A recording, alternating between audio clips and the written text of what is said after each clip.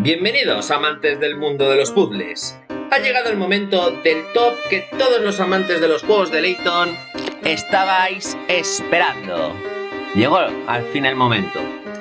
¿Cuál es el mejor juego de la saga de Layton? En este vídeo los ordenaremos del peor al mejor juego de la saga. Eso sí, como en la mayoría de los tops, hay un par de cosas que tenemos que comentar antes de empezar este top. Y es que en este top únicamente vamos a abarcar los 6 juegos de las 2 primeras trilogías del Profesor Layton. Sé que todavía falta por jugar el juego de la hija del Profesor Layton.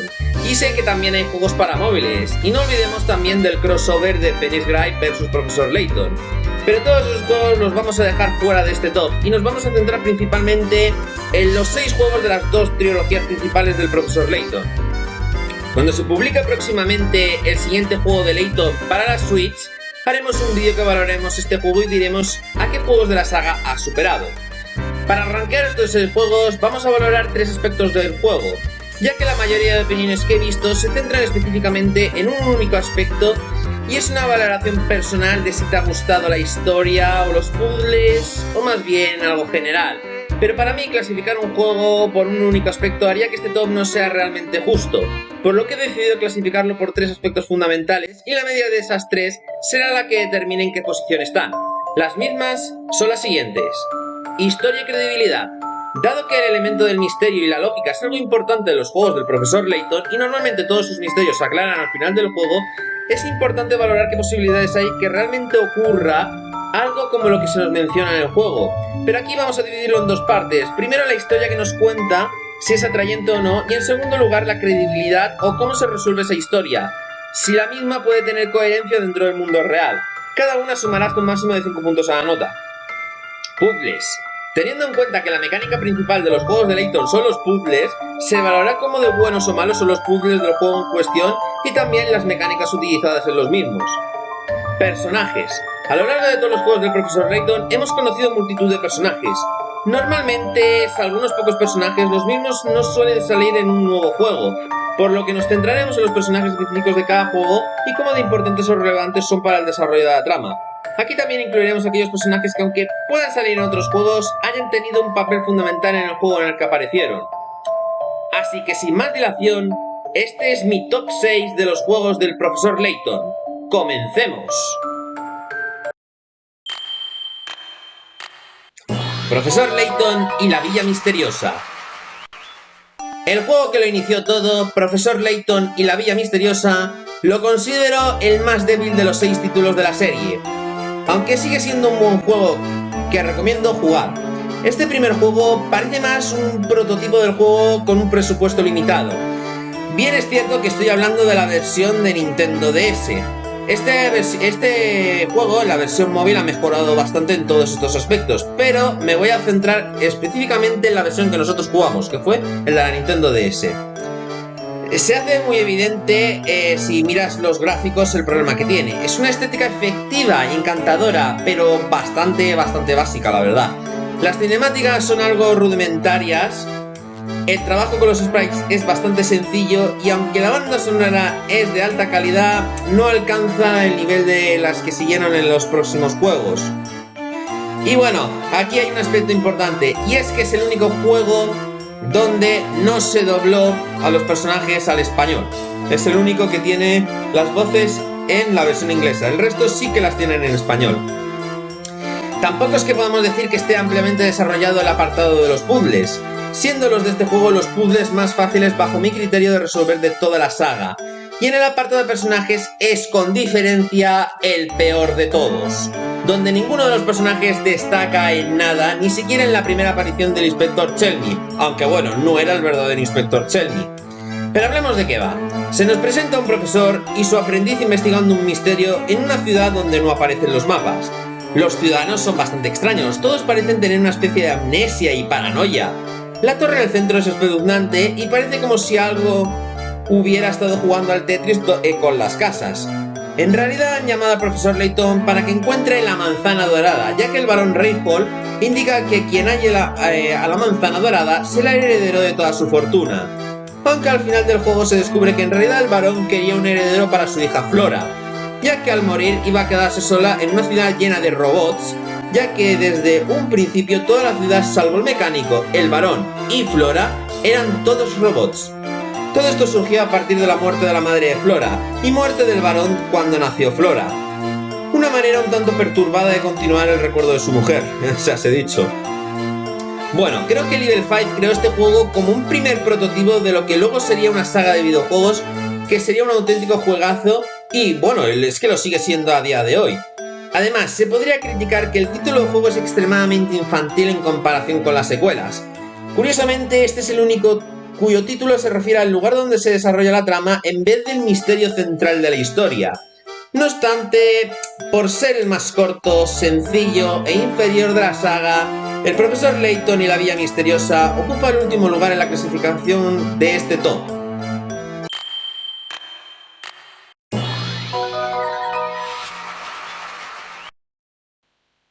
Profesor Layton y la llamada del espectro. Y no es de extrañar que ahora estemos precisamente en el primer juego de la segunda trilogía, por lo que me hace pensar que los inicios de las sagas son los peores, al menos en la saga de Layton. Aunque como vimos en Gray, el inicio de la segunda trilogía, la de Apolo, fue el mejor de todos. Aunque bueno, algunos en los comentarios me habéis puesto, bueno, en los comentarios de las encuestas, me habéis puesto que preferís Trials and Tribulations antes que Apollo Justice. Pero bueno, a mí me gustó más Apollo Justice. Y es que, bueno, si bien este juego no tiene todos los errores que tenía la posición anterior del top, mejora enormemente en los apartados de personajes y puzzles. Es el juego que considero que tiene la peor historia de todas, ya que es un juego cuya historia no se sigue, ya que básicamente se traduce en tres aspectos. Se nos presenta a Amy Altava, que es posiblemente lo segundo mejor del juego, el cómo se conocieron el profesor Layton y Luke y cómo se inició su amor platónico, y básicamente el resto es una sucesión de sucesos inconexos y absurdos donde se persigue al espectro, donde finalmente se sacan de la manga que el espectro es a la vez dos cosas: un monstruo de metal y un monstruo del lago Ness, que estaba protegiendo unas ruinas a Salanti de este robot mecánico. Los puzzles, por el contrario, son lo mejor del juego, estando dos de los que considero los mejores puzzles de toda la saga, y habiendo una gran variedad de diferentes puzzles. Estos puzzles hacen sobrellevar el juego mucho más agradable. Pero hablemos de qué va. El profesor recibe una carta de su amigo el señor Triton, que es el alcalde de Mistalerit, y le informa que una especie de criatura misteriosa ha estado apareciendo por las noches y destrozando diferentes zonas de la población. En ese mismo instante se presenta en su primer día de trabajo la que será la secretaria y compañera principal de aventuras durante toda esta trilogía, Amy Altava, una chica que me recuerda en gran parte a Zena Fikes, de la saga Ace Attorney. Amy es muy aventurera y se encargará de realizar las misiones más peligrosas por parte del profesor. Una vez ambos llegan a la casa de los Triton, averiguamos que quien envió realmente la carta no fue el alcalde, sino su hijo Luke Triton, un joven capaz de hablar con animales y capaz de adivinar dónde se va a producir el próximo ataque del espectro. Si bien el inicio es bueno, la narrativa y el desenlace son más bien aburridos. Y en cuanto a los personajes, salvo dos personajes, uno es el viejito que le echaba los cejas a Amy y luego el detective Grosky, no veo nada llamativo a los personajes, olvidándome prácticamente de todos ellos y teniendo que volver a jugar del juego para acordarme de ellos. Y es por ello que le damos esta quinta posición. Profesor Layton y la caja de Pandora. Tan solo 9 meses después de la Villa Misteriosa, sacaron el segundo juego de la trilogía, aunque en el mercado occidental tardó un poquito más en llegar, y es cierto que así es el juego como realmente debería haber llegado inicialmente, llegando mucha gente a pensar que este juego es realmente lo que tenían pensado en incluir dentro del primer juego o como una expansión del mismo, ya que soluciona o mejora muchos de los aspectos negativos del primer juego, pero no todos como se indicará a continuación. Si bien este juego tiene una media también de 6, lo he colocado por delante del juego anterior por el simple hecho de que su historia es mejor. Pero es que todas las historias que nos han contado, la menos creíble de todas, y es precisamente por aquella persona que había conseguido una supuesta inmortalidad por el mineral alucinógeno que había en la población de Folsense. Que exista una población oculta que casi nadie conozca su ubicación y que no aparezca en los mapas, sí puede llegar a ser creíble, ya que incluso hoy en día hay pueblos en todo el mundo que están bastante incomunicados y que apenas se tiene constancia de ellos, como por ejemplo podría poner Corte de Pallars, en la Comunidad Valenciana, donde dicha población se accede tras 45 minutos en coche por una senda insinuosa y no existe ninguna otra población en el camino para acceder a la misma, pero que dicha población ha estado bajo un efecto alucinógeno durante muchísimos años y resulta que es todo por un mineral que lleva muchísimos años desenterrando y de repente cuando se desvela todo, ¡sorpresa!, ya nadie tiene alucinaciones. Pues me cuesta mucho creerlo, la verdad. Aunque la historia está bien construida, dándonos muchos escenarios diferentes, a diferencia de Mystery, que siempre vamos a estar recorriendo los mismos 10 escenarios. ¿Y de qué va el juego? Pues básicamente el profesor Andrew Schrader le escribe al profesor Layton diciendo que ha conseguido hacerse con una caja llamada la Caja Elisea o Caja de Pandora, donde aquella persona que ose abrirla sufrirá un destino fatal. Cuando Luke y Layton llegan a la casa del profesor Schrader, la desgracia ya se ha cebado con él, y la única pista es un billete del tren en el Molentar Express, una especie de tren de lujo, donde tiene una parada secreta que pocos conocen, Folsense. Y en el apartado de personajes es donde precisamente flaquea más este juego. Y es que en este juego tampoco destacan mucho, al igual que ocurría en su precuela, mejorando en este campo muy levemente. ¿Y por qué?, os preguntaréis. Y el problema es precisamente en la propia historia, la cual nos obliga a visitar una serie de sitios de forma secuencial, no pudiendo volver ni a Londres ni al Molentar Express, ni a la población de granjeros una vez que hemos llegado a Folsense. Lo cual no hay casi ningún tipo de desarrollo o vínculo con los personajes de la trama, donde ese comportamiento se centra principalmente en Belumar, su empleado rockero, y al inspector Chelmy y su compañero Barton, lo que hace que en el apartado de personajes no destaque mucho. Además, los personajes que vamos conociendo no aparecen más adelante, sino que se han quedado en algún lugar del recorrido, con lo que es difícil interactuar con ellos. Pero lo peor de todo es Flora, personaje que no aporta absolutamente nada a la trama, siendo más bien una molestia o un meme, más que un personaje a ser desarrollado. A Flora se le podría haber integrado perfectamente dentro del grupo si se hubiera trabajado un poco más, pero a los guionistas no se les ocurrió mucho cómo integrar a un personaje del juego anterior en un nuevo juego, donde esto me hace pensar que la inclusión de Flora no estaba planeada en un principio y es más bien añadida en última instancia para recordarnos que Layton ha acogido a Flora y que ahora es su tutor legal. Menos mal que en el futuro perdido su aparición es a un encuentro muy casual que no hace daño a la trama. En cuanto al apartado de puzzles, este juego en general tiene un buen nivel de puzzles, similar al juego de la llamada del espectro, teniendo también 2 puzzles entre los mejores puzzles que he conseguido de toda la saga, y sobre todo por tener puzzles donde la solución no es lo que parece ser, que si bien está a simple vista no es fácil de verlo si no te percatas directamente de que existen ahí realmente. En general, vemos que este juego no solucionaron todos los problemas que había presentes en su precuela, pero sí mejoraron algunos de ellos enormemente, y es hora de que pasemos al top 3. Profesor Layton y el legado de los Osalanti. Y el último juego que hemos jugado es el que ocupa este tercer lugar y es posiblemente el juego con más momentos what the fuck que tiene en toda la saga, siendo su última hora de juego una explosión tras otra de completos spoilers, algunos de ellos afectando a nivel de la trilogía completa, la de los Osalanti, la cual empezó con la llamada del espectro, y si bien podría spoilear dichos momentos, os recomiendo que lo juguéis o lo veáis vosotros mismos en los últimos capítulos del playlist que tenemos en el canal. Es por todos estos momentos y por la historia de ir viajando a lo largo de todo el mundo para encontrar los huevos Osalanti que se merece ese pedazo de 9,5 en la historia, pero realmente es de todos los juegos al que más fantasía le han puesto, ya que la posibilidad de encontrar una civilización antigua que tenga una tecnología más avanzada que la nuestra y que hubieran preparado todo para poner a prueba la propia humanidad, lo veo todo muy forzado y fuera de la lógica que nos tienen acostumbrados. De hecho, vamos a hacer un breve paréntesis aquí, y es que en general con cada nueva entrega del profesor Layton se ha ido perdiendo ese aspecto de historia seria y coherente con la que nos han ido caracterizando, siendo cada vez los casos un poco más fantasiosos, pero también se merece esa nota por la gran cantidad de historias secundarias que nos ofrecen. un pueblo donde los adultos están dormidos, un pueblo que sacrifica a jóvenes a su dios, un pueblo donde tienen la tradición de regalar o pasar un huevo, un pueblo donde hay un terrible lobo rojo que aterroriza a la población, etc. Y tampoco nos olvidemos de las historias secundarias que aparecen en el periódico New Times, donde se añade más historias a cada una de las poblaciones o zonas que hemos ido visitando. Y no comete el error que cometieron en la caja de Pandora, ya que aquí siempre podemos volver a acudir a las zonas previas y revisitarlas. Tras la conclusión del profesor Layton y la máscara de los prodigios, el legado de los Ysalanti, una reliquia de una antigua civilización, está ahora en manos de una misteriosa organización llamada Targent, que quiere utilizar el poder de los Ysalanti para sus propios fines.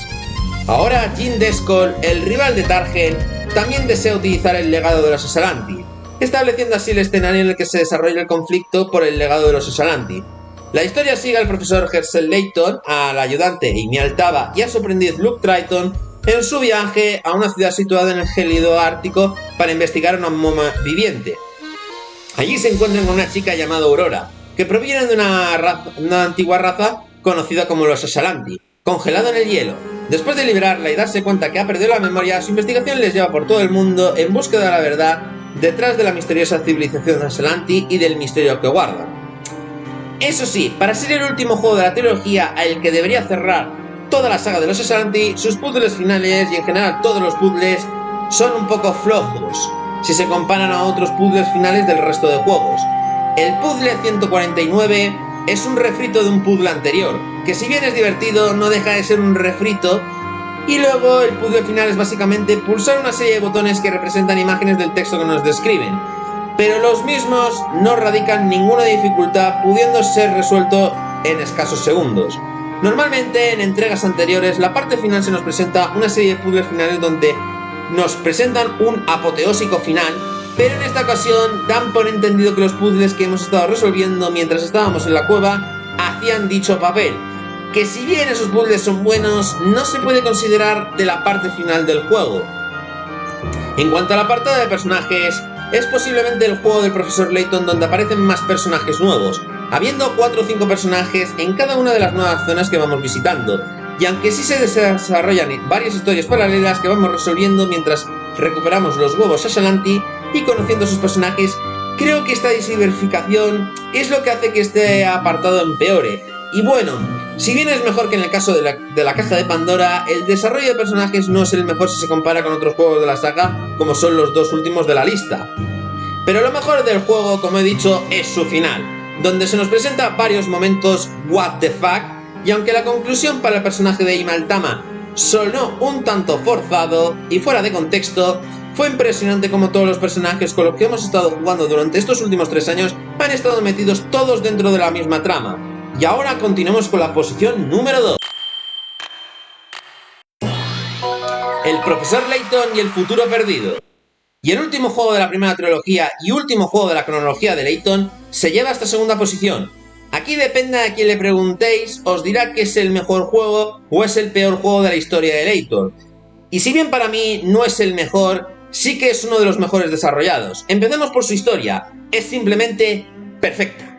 Tanto la historia como la credibilidad de la misma es perfectamente plausible, siendo posiblemente el juego de Layton cuya veracidad puede llegar a cumplirse alguna vez, y es que si bien sabíamos que tenía que haber truco encerrado, nunca nos imaginamos que habían replicado un Londres y que lo que nosotros estábamos viendo era realmente una réplica futurista de un Londres en una cueva subterránea, y que en realidad el look del futuro con el que íbamos era el malo, aunque nosotros fuimos allí para desenmascarar al malvado profesor Layton, que finalmente vemos que realmente no existe.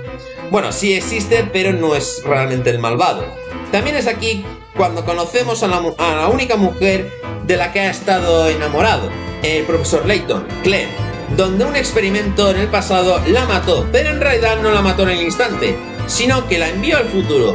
Esto hace que la farsa de que Layton y Luke habían viajado al futuro crezca y nos desvíe de la verdad. Y bien, si algunos diréis que Layton estuvo enamorado de Angela, personaje que se presenta en la máscara de los prodigios, yo no creo que estuviera realmente enamorado de Angela, ya que sabía que Angela estaba enamorada de su mejor amigo Randall, Ascot. Así que en este juego conocemos a su único amor platónico, aparte de Luke, claro, Claire, una científica que está investigando junto a Dimitri en los viajes del tiempo. Y si bien Dimitri es quien se hacía pasar por Layton y quería vengarse de Layton por estar saliendo con ella, finalmente decide hacer lo correcto. Es interesante conocer algunos aspectos de la vida del profesor Layton, ya que este es el primer juego que nos presenta algunos aspectos importantes de la vida del profesor. Pero precisamente el top 1 está en esa posición precisamente por eso, porque es el juego que más nos cuentan sobre la vida del profesor Layton. También hay otro aspecto importante a tener en cuenta, y es precisamente que al ser el último juego de la cronología, provocan la despedida de Luke y del profesor Layton, algo emotivo y para cerrar la primera trilogía donde ambos personajes, que aunque habían forjado una gran amistad, los dos tenían que continuar cada uno con su camino y dijeron que su amistad perduraría y que un día se reencontrarían, cosa que sabemos que ya va a ocurrir en la entrega que se espera para la Switch.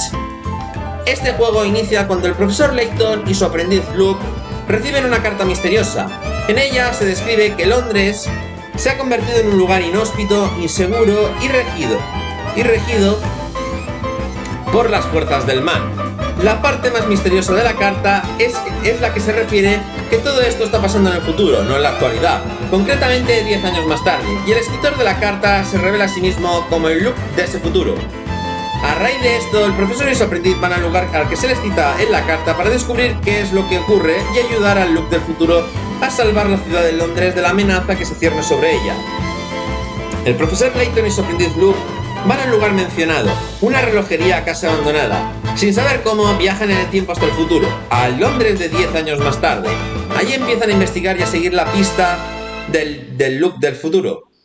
En cuanto a su apartado de personajes, si bien el número de personajes está bastante limitado, sí salen bastantes personajes y se cuenta bastante de ellos a lo largo de la aventura, donde podemos destacar sobre todo a Claire, la novia de Layton, y a Dimitri. Una historia que al principio parece no tener ningún tipo de relación, pero finalmente esta historia está relacionada directamente con los eventos que han estado ocurriendo a lo largo del juego y donde hasta el final no se descubre que, a pesar de haber descubierto que el viaje al futuro era una farsa, sí que había un viaje del tiempo verdadero, y era el que había hecho Claire cuando la máquina del tiempo que estuvo investigando con Dimitri explotó, teletransportándola al futuro, pero para un tiempo después forzar a que volviera a ese mismo instante para que muriera, pero dándole la posibilidad de ver y hablar por última vez con Herschel.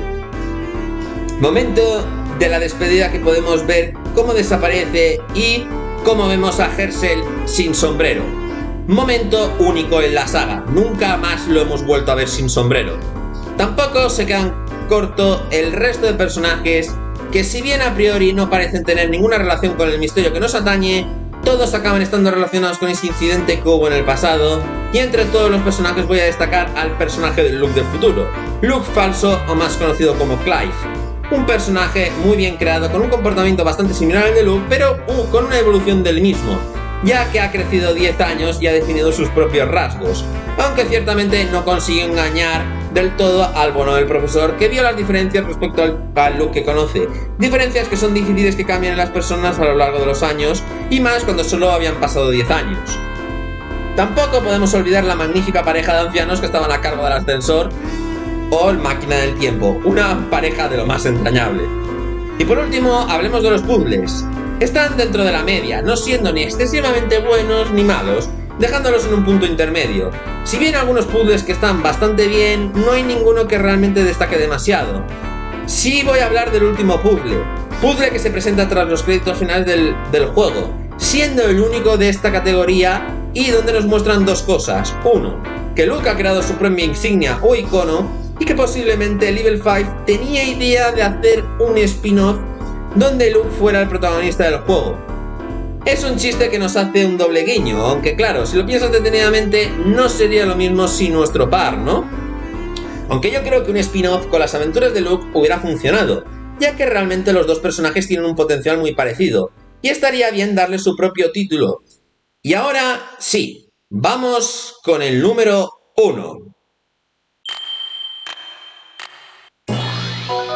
Profesor Layton y la Máscara de los Prodigios. Y el mejor juego para mí de la saga del Profesor Layton es la Máscara de los Prodigios. ¿Y por qué? Os preguntaréis muchos. principalmente por su historia, la calidad de sus puzzles y por la cantidad de nuevos personajes que conocimos en la ciudad de Montedore, y también durante los eventos del pasado del profesor cuando nos cuenta sus desventuras con su mejor amigo Randall. Y bueno, y algo que muchos me llenaréis de dislikes el vídeo, pero tengo que decirlo, es que precisamente la saga ya necesitaba un cambio de motor gráfico y el mismo fue maravilloso en este juego. Si bien es cierto que luego se acabó de pulir en el juego de los Osalanti, fue el aspecto más llamativo en el juego, aunque algunos echaban de menos los gráficos 2D que nos tenían habituados durante las 4 anteriores entregas de la saga. La mecánica y la jugabilidad de la saga se mantienen, aunque se han cambiado distintos aspectos relacionados con la usabilidad para explotar la nueva consola toda la acción del juego, como las conversaciones y los escenarios se trasladan ahora a la pantalla de arriba con la intención de aprovechar el efecto 3D para explorar. Debemos tocar también la lupa en la pantalla táctil y entrar así en un modo de exploración. Y de esta manera con el stylus guiaremos la lupa a la zona de la pantalla donde nosotros queramos. Y con ello se consigue explotar toda la funcionalidad 3D de la misma, aunque bueno, dentro de nuestro playlist no la utilizamos. La razón por la que la gente se queja más de este juego y no por ejemplo en Dual Destinies de la saga Ace Attorney es porque en Dual Destinies el cambio fue menos bestia en comparación a la Máscara de los Prodigios, donde gran parte del contenido sí se rediseñó completamente al 3D. Pero yo digo que no lo miréis por el aspecto malo, miradlo por el aspecto positivo de que actualizaron los gráficos a los que estábamos acostumbrados.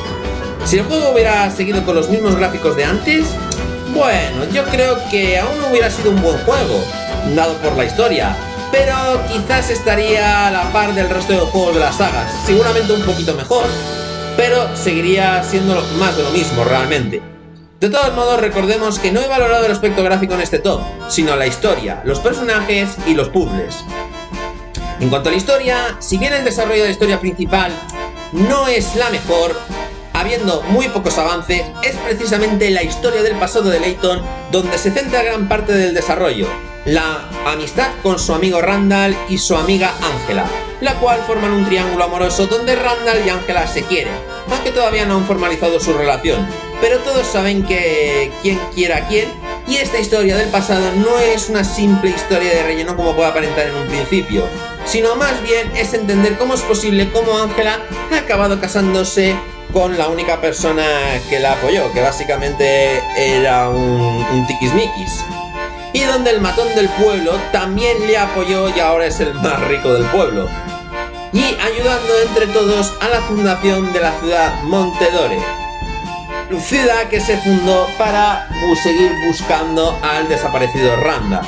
Y luego también un poco, en otro lado, entender por qué los celos de Randall, personaje al que se consideraba muerto, han hecho que quieran acabar tanto con su ex prometida como con el profesor Layton. Y la historia del pasado también es interesante en varios aspectos. Por ejemplo, se explica quiénes son los padres de Layton, donde en el siguiente juego se amplía esta historia y nos comentan que los dos padres que conocimos en el pasado de Layton son en realidad sus padres adoptivos y no sus verdaderos padres. Y también se nos explica que al principio Herschel era como cualquier otro adolescente y no tenía ninguna pasión por la arqueología, sino más bien que era un chico que tenía ganas de aventuras. La supuesta muerte de Randall y en honor a su memoria hizo que el profesor se decidiera a hacerse arqueólogo para honrar a su supuesto amigo fallecido. Esta es la historia que más destaco, pero tampoco podemos olvidar los eventos que ocurren en Montedore, donde la investigación sí que es lineal y están ocurriendo una serie de milagros donde el profesor irá desgranando cómo se pudo ir haciendo cada uno de estos milagros e irá acotando a los diferentes sospechosos, mientras la investigación se cierra sobre los misterios que encierran tanto a Angela como su marido como Ascot. La historia es simple. La historia comienza con una escena en la que aparecen Luke y Layton en un carnaval de Montedore. Son traídos allí por una carta escrita por Angela, la mejor amiga de Herschel. Durante un desfile en los carnavales, un extraño personaje vestido de blanco y con una máscara, que se hace llamar el Caballero Enmascarado, hace acto de presencia, convirtiendo en piedra y haciendo desaparecer a algunos asistentes, con lo que parecen ser prodigios. Rápidamente, Layton, Luke y Amy se ponen a investigar lo sucedido. En cuanto a la parte de personajes, considero que este juego, como el que como el que tiene el mejor apartado de personajes, habiendo una gran variedad de personajes tanto en el pasado como en el presente, como así que algunos personajes del pasado vuelven a salir en el Montadore principal, como son Ascor, el marido de Ángela y la propia Ángela, y los padres de Layton. Y hay multitud de historias secundarias a lo largo del juego, además de los misterios habituales, como son por ejemplo las curiosidades del circo, que ha llegado para celebrar el carnaval, o como una niña es capaz de perderse tantísimas veces seguidas, además de conocer a los comisarios a cargo del caso y la discusión cómo se podría haber producido cada uno de los casos de forma individual. Y por último, en el apartado de puzzles no se queda corto, donde la parte donde recorremos las catacumbas en el pasado tiene una serie de buenos puzzles, entre ellos uno de los puzzles que catalogamos como uno de los mejores 5 puzzles de la saga, el de las mecanimonias. Las mejoras 3D también llegaron a los puzzles, cosa que también se agradece ahora, se saca más partido de la doble pantalla de la 3DS, tanto para su exhibición y resolución, lo que aporta algo de novedad respecto a la repetición de repetir reiteradas veces los mismos puzzles. Un problema que acusan en mayor o menor medida los 4 juegos anteriores de la saga, aunque no supieron aprovechar bien en el legado de la Society, donde sí hay variedad de puzzles, los mismos no explotan toda la capacidad de la 3DS. Y de hecho, aquí podemos incluso salirnos del contexto de los puzzles, porque hay que recordar que existen varias mecánicas, como son por ejemplo la de conducir o la de montar un caballo e ir cogiendo zanahorias e ir esquivando. Este tipo de mecánicas realmente en el juego de los Ixalanti son inexistentes, pero son bastante explotadas dentro de este juego, habiendo eso, por ejemplo, eso y por ejemplo la parte de resolución de los misterios de los milagros. El uso de la doble pantalla nos permite dos cosas. Uno, tener las instrucciones en una pantalla e ir resolviendo en otra, y también está el tema de las notas, donde podemos tener las notas y el puzzle al mismo tiempo. Además, a partir de este juego se eliminan en gran parte aquellos puzzles que eran principalmente seguir X pasos para resolverlos, donde en cada juego de la saga había como 20 puzzles de este estilo. Sí, si nos ponemos a contar, había varios de las damas, varios de llevar una bola al otro lado, de desbloquear la basura, etcétera, etcétera. Aquí realmente ese tipo de puzzles, aunque sigue existiendo, ya no se repite con tanta asiduidad. Los puzzles que se nos plantean son diferentes y siempre van a presentar un nuevo reto diferente. Por lo que, aunque haya algún puzzle que sea un poquito más largo, siempre va a ser la resolución única y divertida. Y hasta aquí el último top de la saga del Profesor Layton por ahora.